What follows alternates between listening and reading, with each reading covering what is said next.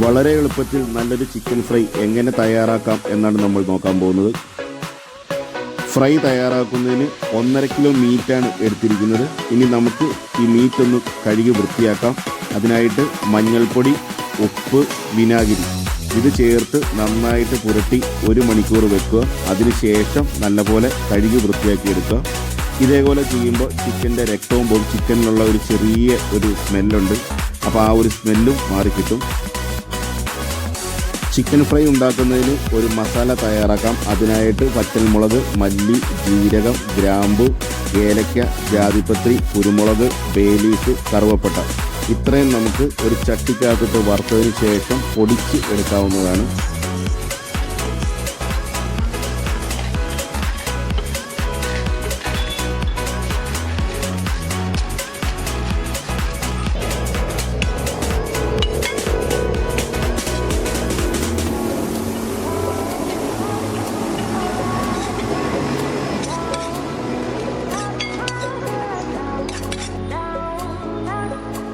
ഇഞ്ചി, വെളുത്തുള്ളി എന്നിവ ഒന്ന് ചതച്ച് എടുക്കാം.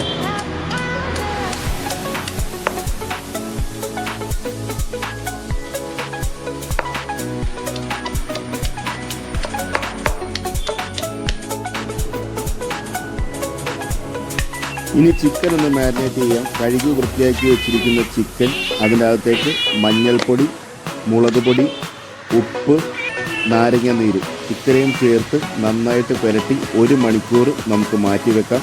അതിനുശേഷം നമുക്ക് പ്രിപ്പറേഷൻ തുടങ്ങാവുന്നതാണ്.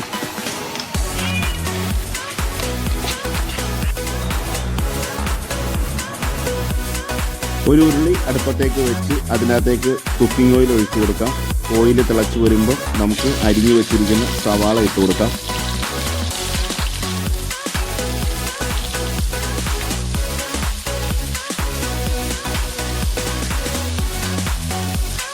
സവാളയുടെ നിറം ചെറുതായിട്ടൊന്ന് മാറി വരുമ്പോഴത്തേക്ക് ചതച്ച് വെച്ചിരിക്കുന്ന ഇഞ്ചി, വെളുത്തുള്ളി എന്നിവ ഇതിനകത്തേക്ക് ഇട്ട് കൊടുക്കാം.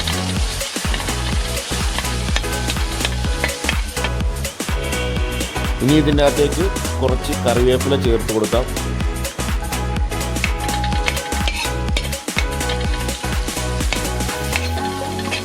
കറിവേപ്പിലയൊക്കെ ഒന്ന് വാടി വരുമ്പോഴത്തേക്ക് നമ്മൾ മാരിനേറ്റ് ചെയ്ത് വെച്ചിരിക്കുന്ന ചിക്കൻ ഇതിൻ്റെ അകത്തേക്ക് ഇട്ട് മിക്സ് ചെയ്യുക.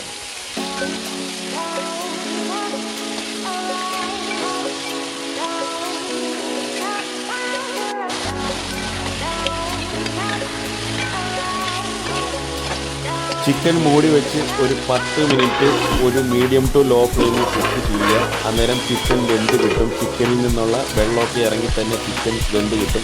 അതിനുശേഷം നമുക്ക് മൂടി വെക്കേണ്ട ആവശ്യമില്ല. പിന്നെ നമുക്ക് തുറന്ന് വെച്ച് അത് ഫ്രൈ ചെയ്തെടുത്താൽ മതി.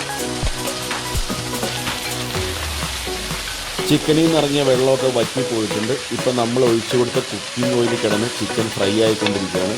അപ്പോൾ ഒരുപാട് തീ കൂട്ടി വെക്കരുത്. ഒരു മീഡിയം ഫ്ലെയിമിലിട്ട് മാത്രം ഇത് ഇങ്ങനെ ഫ്രൈ ചെയ്തെടുക്കുക.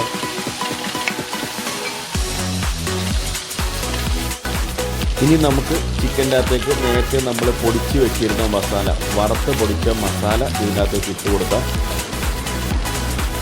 മസാല ചേർത്ത് കൊടുക്കുമ്പോൾ നമ്മുടെ ഫ്ലെയിം ഒന്ന് കുറച്ച് കൊടുക്കുക. ഫ്ലെയിം കുറച്ചിട്ട് അത് ഫ്രൈ ചെയ്തെടുക്കണം. ഇല്ലാന്നുണ്ടെങ്കിൽ മസാലയെല്ലാം കരിഞ്ഞു പോകും.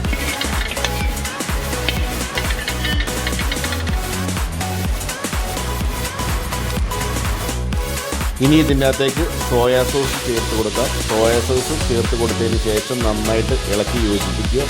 അതിനുശേഷം നമുക്ക് ഇത്തിരി ടൊമാറ്റോ സോസും ചേർത്ത് കൊടുക്കാവുന്നതാണ്. സോയാ സോസ് ചേർത്ത് കൊടുക്കുമ്പോൾ ഒരു പ്രത്യേക ടേസ്റ്റും കിട്ടും. ചിക്കൻ്റെ കളറിലും കുറച്ച് വ്യത്യാസം വരും.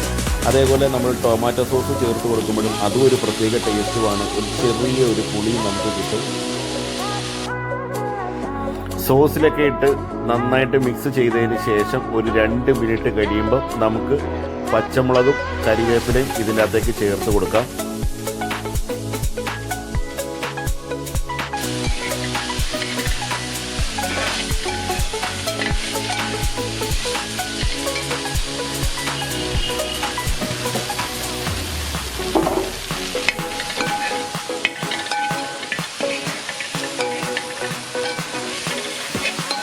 പച്ചമുളകും കറിവേപ്പിലയും ചേർത്ത് കഴിഞ്ഞാൽ ഒരൊറ്റ മിനിറ്റിട്ട് മാത്രം കുക്ക് ചെക്ക് ചെയ്യുക. അതിനുശേഷം നമ്മുടെ ഫ്ലെയിം ഓഫ് ചെയ്യുക.